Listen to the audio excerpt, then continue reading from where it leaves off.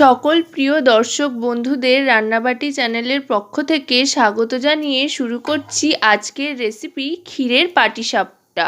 ক্ষীরের পাটিসাপটা বানাতে আমি কি করেছি চলুন আর বেশি কথা না বাড়িয়ে দেখে নিই। প্রথমেই বানিয়ে নিয়েছি ক্ষীর। ক্ষীর বানানোর জন্য আমি 250 গ্রাম দুধ নিয়ে নিয়েছি কড়াইতে। দুধটা কড়াইতে নিয়ে নেওয়ার পর দুধটা একবার একটু ফুটে ওঠার পর তারপর তার মধ্যে দিয়ে দিয়েছি পাটালি। পাটালিটা যখন আস্তে আস্তে গলতে আরম্ভ করেছে তারপর দিয়ে দিয়েছি মাখা সন্দেশ।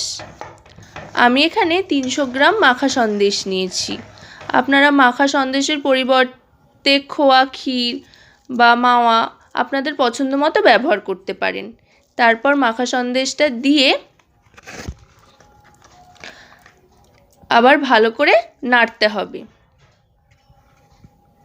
আর এখানে তেমন কোনো কাজ নেই, দুধটা যতক্ষণ না ঘন হয়ে ক্ষীর হয়ে যাচ্ছে ততক্ষণ গ্যাসের flame low to medium to high এরমভাবে বুঝে নিয়ে আস্তে আস্তে নেড়ে যেতে হবে। তারপর ক্ষীরটা যখন এরকম ঘন হয়ে আসবে তখন ওপর থেকে ছড়িয়ে দিতে হবে এলাচ গুঁড়ো। এতে গন্ধটা খুব সুন্দর হয়। ব্যাস, আমার ক্ষীর তৈরি হয়ে গিয়েছে।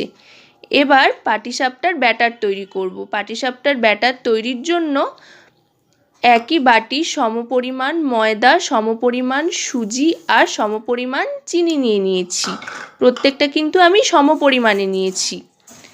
এখানে প্রত্যেকটাই 250 গ্রাম করে রয়েছে সুজি, ময়দা আর চিনি। তারপরে শুকনো উপকরণগুলো হাত দিয়ে একবার মিশিয়ে নিয়ে অল্প অল্প করে জল দিতে আরম্ভ করেছি। জলটা কিন্তু একবারে দিলে চলবে না, অল্প অল্প করে দিতে হবে আর ধীরে ধীরে মিশ্রণটা মিশিয়ে নিতে হবে।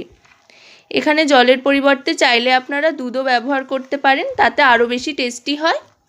এভাবে আস্তে আস্তে মাখিয়ে নিতে হবে।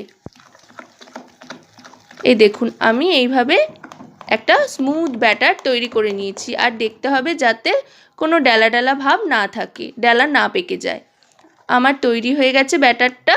আর আপনারা ঘনত্বটা তো দেখতেই পাচ্ছেন কেমন হয়েছে। এবার আমি পাটিসাপটা ভাজতে আরম্ভ করব। প্যানে আমি বেগুনের বোটা দিয়ে তেল মাখিয়ে নিলাম। এবার প্যানটা মিডিয়াম টু লো ফ্লেমে রেখে আমি গোলা রুটির মতো করে একটু লম্বাটে সাইজ করে ব্যাটারটা দিয়ে নিলাম। আমি 1 থেকে 1.5 হাতা মতো ব্যাটার দিয়েছি। আপনারা যতটা সাইজ যেমন রাখতে চাইবেন পাটিসাপটার, যতটা বড় বা ছোট করবেন তার উপরে ব্যাটারটা নির্ভর করছে। এবার ভেতরে দিয়ে দিচ্ছি আগের থেকে তৈরি করা ক্ষীর। ক্ষীরটা দিয়ে এবার আস্তে করে এটাকে মুড়ে নিতে হবে। এই ক্ষেত্রে কিন্তু গ্যাসের ফ্লেমটা বাড়ালে চলবে না, তাহলে কিন্তু পাটিসাপটার ওপর পিঠটা পুড়ে যাওয়ার সম্ভাবনা রয়েছে। তাই গ্যাসটা মিডিয়াম টু লোতে রাখতে হবে। এবার এইভাবে পাটিসাপটাটা মুড়ে নিতে হবে।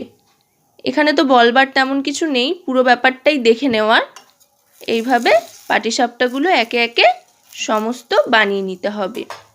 ব্যাস, আমি এইভাবে সবকটা তৈরি করে নেব।